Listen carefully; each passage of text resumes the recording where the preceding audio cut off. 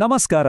ನವಚೇತನ livelihoods private limited ಅಂದ್ರೆ ನಮ್ಮ NLPLನ ಈ ವಿಶೇಷ ವಿವರಣಾ ಪ್ರಸ್ತುತಿಗೆ ಆತ್ಮೀಯ ಸ್ವಾಗತ.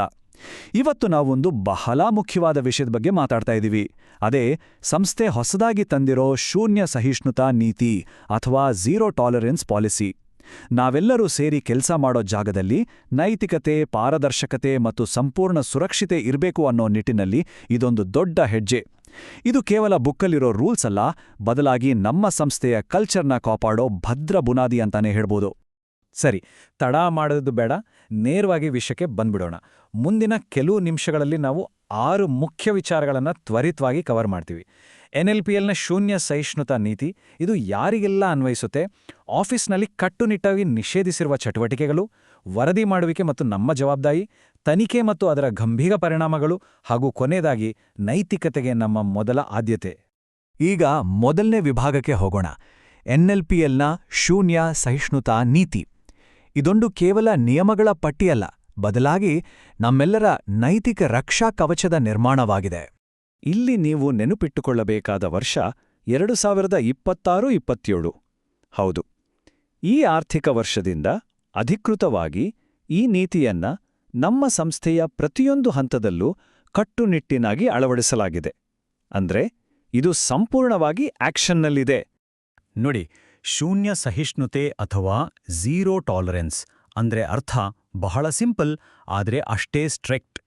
ಸಂಸ್ಥೆಯೊಳಗೆ ಯಾವುದೇ ರೀತಿಯ ಅನೈತಿಕ ನಡೆ, ಮೋಸ, ವಂಚನೆ ಅಥವಾ ಲೀಗಲ್ ಅಲ್ಲದ ಯಾವುದೇ ಕೆಲಸಗಳಿಗೆ ಒಂದು ಚೂರು ಅಂದ್ರೆ ಲವಲೇಶವೂ ಅವಕಾಶವಿಲ್ಲ. ನೈತಿಕತೆ ವಿಚಾರದಲ್ಲಿ ಯಾವುದೇ ಕಾರಣಕ್ಕೂ ರಾಜಿಯಾಗಲ್ಲ ಅನ್ನೋದನ್ನ ಇದು ಸ್ಪಷ್ಟವಾಗಿ ಹೇಳ್ತಿದೆ. ಹಾಗಾದ್ರೆ ಈ ಕಠಿಣ ಪಾಲಿಸಿಯ ಅಸಲಿ ಉದ್ದೇಶ ಏನು? ಸುಮ್ನೆ ತಪ್ಪುಗಳನ್ನ ಹುಡುಕೋದಾ? ಖಂಡಿತ ಅಲ್ಲ. ಇದರ ಮುಖ್ಯ ಉದ್ದೇಶ ಅನೈತಿಕ ನಡವಳಿಕೆ ಮತ್ತು ವಂಚನೆಯನ್ನ ಬೇರುಮಟ್ಟದಲ್ಲಿ ತಡೆಗಟ್ಟುವುದು ಮತ್ತೆ ಯಾವುದೇ ನೀತಿ ಉಲ್ಲಂಘನೆಗಳಾದ್ರೆ ಅದನ್ನ ತಕ್ಷಣ ನಿಲ್ಲಿಸೋದು. ಇದಕ್ಕಿಂತ ಮುಖ್ಯವಾಗಿ NLPL ಜೊತೆ ವ್ಯವಹರಿಸುವ ನಮ್ಮೆಲ್ಲ ಉದ್ಯೋಗಿಗಳಿಗೆ, ಗ್ರಾಹಕರಿಗೆ ಹಾಗೂ ಪ್ರತಿನಿಧಿಗಳಿಗೆ ಸೇಫಾದ ಮತ್ತು ಪರಸ್ಪರ ಗೌರವ ಇರೋ ವಾತಾವರಣವನ್ನ ಸೃಷ್ಟಿ ಮಾಡೋದು. ಈಗ ಎರಡನೇ ವಿಭಾಗ. ಈ ನೀತಿಯನ್ನ ಯಾರು ಪಾಲಿಸಬೇಕು?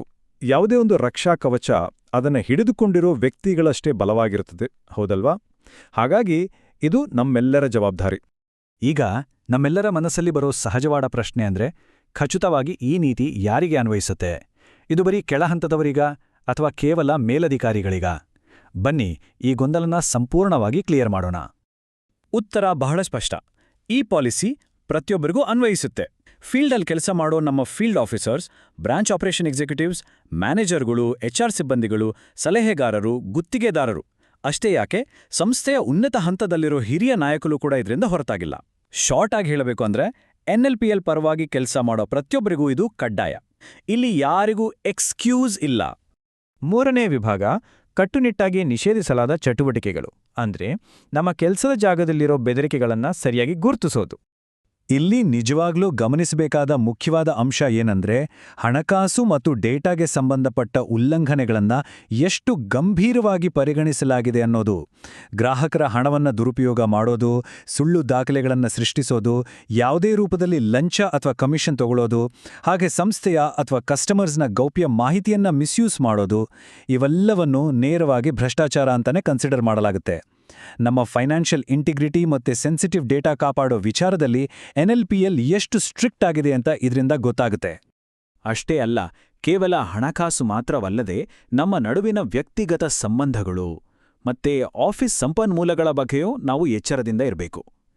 ಏಕಕಾಲದಲ್ಲಿ ಎರಡೂ ಕಡೆ ಕೆಲಸ ಮಾಡೋದು ಅಂದ್ರೆ ಡ್ಯೂಲ್ ಎಂಪ್ಲಾಯ್ಮೆಂಟ್, ಬೇರೆಯವರಿಗೆ ಕಿರುಕುಳ ಅಥವಾ ಭೇದಭಾವ ಮಾಡೋದು, ಜಗಳವಾಡುವುದು, ಹಾಗೆ ಆಫೀಸ್ನ ವಸ್ತುಗಳನ್ನು ಅನಧಿಕೃತವಾಗಿ ಬಳಸೋದು, ಇವೆಲ್ಲವೂ ಗಂಭೀರವಾದ ತಪ್ಪುಗಳೇ. ಹಣಕಾಸಿನ ವಂಚನೆ ಎಷ್ಟು ದೊಡ್ಡ ಅಪರಾಧವೋ, ನಮ್ಮ ಸಹೋದ್ಯೋಗಿಗಳಿಗೆ ಕಿರುಕುಳ ನೀಡೋದು ಕೂಡ ಅಷ್ಟೇ ದೊಡ್ಡ ಅಪರಾಧ. ಸರಿ, ಈಗ 4ನೇ ವಿಭಾಗಕ್ಕೆ ಬರೋಣ. ವರದಿ ಮಾಡುವಿಕೆ ಮತ್ತು ಉದ್ಯೋಗಿಯ ಜವಾಬ್ದಾರಿ. ಇದು ಕೇವಲ ನಿಯಮಗಳಲ್ಲ, ನಮ್ಮ ಇಡೀ ತಂಡದ ಸಬಲೀಕರಣ. ಈ ಪ್ರಕ್ರಿಯೆ ಹೇಗಿರುತ್ತೆ ಅಂತ ಸ್ಟೆಪ್ ಬೈ ಸ್ಟೆಪ್ ನೋಡೋಣ. ಮೊದಲನೇದಾಗಿ, ನಾವೆಲ್ಲರೂ ನೈತಿಕ ಮೌಲ್ಯಗಳನ್ನು ಪಾಲಿಸಬೇಕು. ಎರಡನೇದು, ಸಂಸ್ಥೆಯಲ್ಲಿ ಎಲ್ಲಾದ್ರೂ ನಿಯಮ ಉಲ್ಲಂಘನೆ ಆಗ್ತಿರೋದು ಅಥವಾ ಏನಾದ್ರೂ ಅನುಮಾನಾಸ್ಪದ ಚಟುವಟಿಕೆ ನಿಮ್ಮ ಗಮನಕ್ಕೆ ಬಂದ್ರೆ ಅದನ್ನ ತಕ್ಷಣ ಗುರುತಿಸಬೇಕು. ಮೂರನೇ ಸ್ಟೆಪ್ ಬಹಳ ಮುಖ್ಯ. ಘಟನೆ ನಡೆದ 48 ಗಂಟೆಗಳ ಒಳಗೆ ಕಡ್ಡಾಯವಾಗಿ HR ವಿಭಾಗಕ್ಕೆ ರಿಪೋರ್ಟ್ ಮಾಡಲೇಬೇಕು. ಮತ್ತೆ ಕೊನೆಯದಾಗಿ, ತನಿಖೆ ನಡೆಯುವಾಗ ಅದಕ್ಕೆ ಸಂಪೂರ್ಣವಾಗಿ ಸಹಕರಿಸಬೇಕು. ಇದು ನಮ್ಮೆಲ್ಲರ ಬೇಸಿಕ್ ಡ್ಯೂಟಿ. ಹಾಗಾಗಿ ಇಲ್ಲಿನ ಅತಿ ಮುಖ್ಯವಾದ ಅಂಶ ಏನಂದ್ರೆ ಈ ಇಮೇಲ್ ವಿಳಾಸ. ನಿಮ್ಗೆ ಏನಾದ್ರೂ ಅನುಮಾನ ಬಂದ್ರೆ ಅಥವಾ ತಪ್ಪು ನಡೀತಿದೆ ಅಂತ ಅನ್ಸಿದ್ರೆ ನೇರವಾಗಿ HR ವಿಭಾಗವನ್ನ ಸಂಪರ್ಕಿಸಲು ಇದೊಂದೇ ಡೈರೆಕ್ಟ್ ಹಾಗೂ ಅಫಿಷಿಯಲ್ ಮಾರ್ಗ. ಈ ಇಮೇಲ್ಗೆ ಬರೋ ಪ್ರತಿಯೊಂದು ರಿಪೋರ್ಟ್ನೂ ಕೂಡ ಅತ್ಯಂತ ಗಂಭೀರವಾಗಿ ಪರಿಗಣಿಸಲಾಗುತ್ತೆ. ಈಗ 5ನೇ ವಿಭಾಗ, ತನಿಖೆಗಳು ಮತ್ತು ಗಂಭೀರ ಪರಿಣಾಮಗಳು. ಅಂದ್ರೆ ನಮ್ಮ ರಕ್ಷಾಕವಚವನ್ನ ಹೇಗೆ ಬಲಪಡಿಸಲಾಗುತ್ತೆ ಅಂತ ನೋಡೋಣ.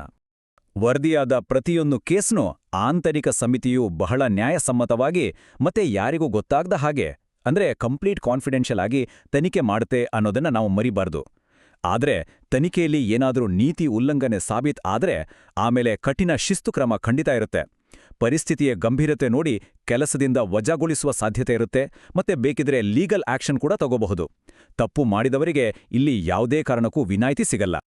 ಕೊನೆಯ ಹಾಗೂ 6ನೇ ವಿಭಾಗ, ನೈತಿಕತೆಗೆ ಮೊದಲ ಆದ್ಯತೆ ಯಾವಾಗಲೂ. ಇದು ನಮ್ಮೆಲ್ಲರ ಒಗ್ಗಟ್ಟಿನ ಶಕ್ತಿ. ಇದು ಅದ್ಭುತವಾಗಿ ಎತ್ತಿ ತೋರಿಸುವಂತೆ ನಮ್ಮ ಸಂಸ್ಥೆಯ ದೈನಂದಿನ ಕೆಲಸಗಳು 3 ಮುಖ್ಯ ಸ್ತಂಭಗಳ ಮೇಲೆ ನಿಂತಿವೆ: ಪ್ರಾಮಾಣಿಕತೆ, ಪಾರದರ್ಶಕತೆ ಮತ್ತು ಹೊಣೆಗಾರಿಕೆ. ಈ 3 ಬದ್ಧತೆಗಳನ್ನ ನಾವು ನಮ್ಮ ಉಸಿರಾಕೊಂಡಾಗ ಮಾತ್ರ ಎಲ್ಲರಿಗೂ ಸೇಫ್ ಆದ ವಿಶ್ವಾಸಾರ್ಹ ವಾತಾವರಣವನ್ನ ಕಟ್ಕೊಡೋಕೆ ಸಾಧ್ಯ. ಶೂನ್ಯ ಸಹಿಷ್ಣುತೆ ಎಂದರೆ ಶೂನ್ಯ ರಾಜಿ. ಎಷ್ಟೊಂದು ಪವರ್ಫುಲ್ ವಾಕ್ಯ ಅಲ್ವಾ? ಇದರೊಂದಿಗೆ ನಾವು ಈ ವಿವರಣೆಯನ್ನ ಮುಕ್ತಾಯಗೊಳಿಸ್ತಾ ಇದ್ದೀವಿ. ನವಚೇತನ ಲೈವ್ಲಿಹುಡ್ಸ್ ಪ್ರೈವೇಟ್ ಲಿಮಿಟೆಡ್ ಯಾವಾಗಲೂ ನೈತಿಕತೆಗೆ ಫಸ್ಟ್ ಪ್ರಿಫರೆನ್ಸ್ ಕೊಡುತ್ತೆ. ಈ ಪ್ರಸ್ತುತಿಯ ಕೊನೆಯಲ್ಲಿ ನಾವೆಲ್ಲರೂ ಒಂದು ಪ್ರಶ್ನೆಯನ್ನ ನಮ್ಮಷ್ಟಕ್ಕೆ ನಾವೇ ಕೇಳ್ಕೊಳ್ಳೋಣ. ಸುರಕ್ಷಿತ ಮತ್ತು ನೈತಿಕ ಕಾರ್ಯಸ್ಥಳ ಅನ್ನೋದು ನಮ್ಮೆಲ್ಲರ ಸಾಮೂಹಿಕ ಜವಾಬ್ದಾರಿಯಿಂದ ಶುರುವಾಗತ್ತೆ. ನಾವೆಲ್ಲರೂ ನಮ್ಮ ಸಂಸ್ಥೆಯ ಸಮಗ್ರತೆಯ ರಕ್ಷಕರಾಗಲು ಇಂದೇ ಬದ್ಧರಾಗಿದ್ದೇವೆಯಾ? ಖಂಡಿತ ಹೌದು ಅಲ್ವಾ? ಇದನ್ನ ಮನಸ್ಸಿನಲ್ಲಿಟ್ಕೊಂಡು ಒಟ್ಟಾಗಿ ಕೆಲಸ ಮಾಡೋಣ. ಈ ವಿವರಣೆಯಲ್ಲಿ ನಮ್ಮೊಂದಿಗೆ ಇದ್ದಿದ್ದಕ್ಕಾಗಿ ತುಂಬಾ ಧನ್ಯವಾದಗಳು.